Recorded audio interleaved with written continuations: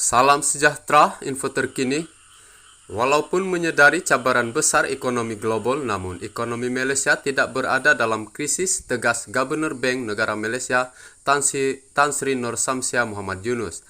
Ada sebab untuk bersikap optimis. Biar saya tegaskan bahwa ekonomi Malaysia tidak berada dalam krisis. Asas ekonomi dan sistem keuangan kita adalah kukuh. Langkah dasar awal yang diambil akan membantu kita mengharungi taufan ini.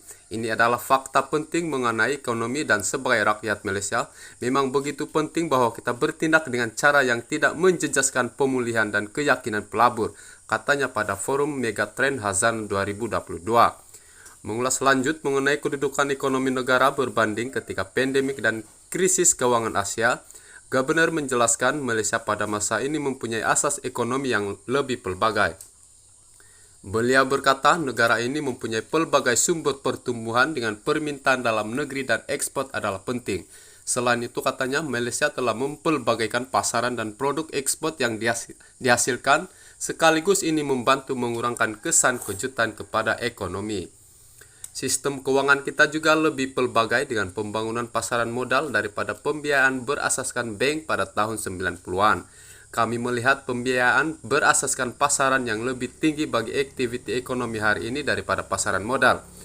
Kita tidak berada dalam krisis, trajektori pertumbuhan kekal positif dan kita harus kekal yakin mengenai masa depan, katanya. Mengenai prospek 2023, Nur Samsia berkata sememangnya tidak dinafikan prospek tahun depan akan menjadi lebih mencabar berikutan ketegangan dan konflik geopolitik yang semakin meningkat, tekanan inflasi global, dan pasaran keuangan yang sangat tidak menentu.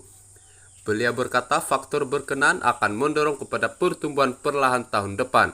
Katanya 1 hingga 2 tahun akan datang menjadi penting untuk Malaysia mengambil langkah berani menuju ke depan.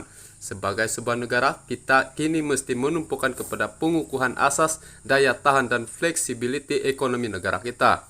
Jiran kita dalam rantau ini secara aktif memberi penekanan terhadap langkah pembaharuan. Kita berisiko ketinggalan jika kita tidak bertindak sekarang, katanya. Sekian laporan.